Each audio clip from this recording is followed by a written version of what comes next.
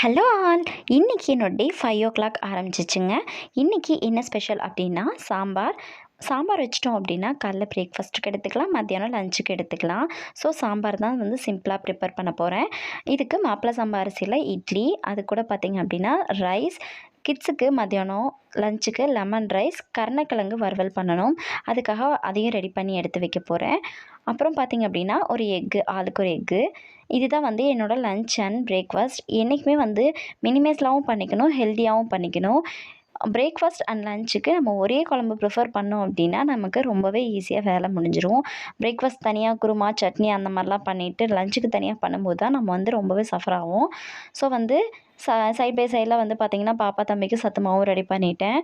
இது வந்து எப்படி நம்ம வந்து காலையில் எந்த ஒரு அவசரமும் இல்லாமல், ப்ரீ பிளானிங் இல்லாமல் நம்மளோட டேவை ஈஸியாக வந்து கம்ப்ளீட் பண்ணிக்கலாம் அப்படிங்கிறத, அதுவும் மெயினாக காலையில் வந்துட்டு ஸ்கூல் கிளப்புற அந்த டைம் வந்து பார்த்திங்க அப்படின்னா ரொம்பவே ஹரிபரியாக இருக்கும். அந்த ஹரிபரி இல்லாமல் ரொம்ப ஈஸியாக எப்படி பண்ணலாம் அப்படிங்கிற ஒரு லாங் வீடியோவை உங்களோட ஷேர் பண்ணுறேன். கண்டிப்பாக என்னோடய சேனலை சப்ஸ்கிரைப் பண்ணி லைக் பண்ணிக்கிங்க. பாத்திரமே பார்த்திங்கன்னா மினிமைஸில் தான் யூஸ் பண்ணியிருக்கேன். இப்போ பார்த்திங்கன்னா சாப்பாடு ரெடியாக இருக்குது. சைட் பை சைட் இட்லிக்கு வந்து பார்த்திங்கன்னா மாவு ஊற்றி வச்சாச்சு. பாப்பா தம்பி குளிச்சுட்டு வந்தோடனே நம்ம வந்து ஊற்றி வச்சோம் அப்படின்னா அவங்க வந்தோடனே சூடாக சாப்பிட்டுப்பாங்க. சாதம் ரெடி, சாம்பார் ரெடி. இது கூட பார்த்திங்கன்னா முட்டையும் ரெடி பண்ணியாச்சு. கருணக்கிழங்கு வறுவலும் ரெடி பண்ணியாச்சு. கொஞ்சமாக சின்ன வெங்காயம் ஒழிச்சு வச்சுருக்கேன். அது வந்து பார்த்திங்க அப்படின்னா அப்போதைக்கு டக்குன்னு லெமன் ரைஸ் பண்ணிக்கலாம். லெமன் ரைஸ் 5 மினிட்ஸில் ரெடி ஆயிரும். ஸோ அவ்வளோதான். அவங்க சாப்பிட்றதுக்குள்ள நான் லெமன் ரைஸ் ரெடி பண்ணிடுவேன். கிச்சன் ஒர்க் ஓரளவுக்கு கம்ப்ளீட் ஆகிடுச்சு.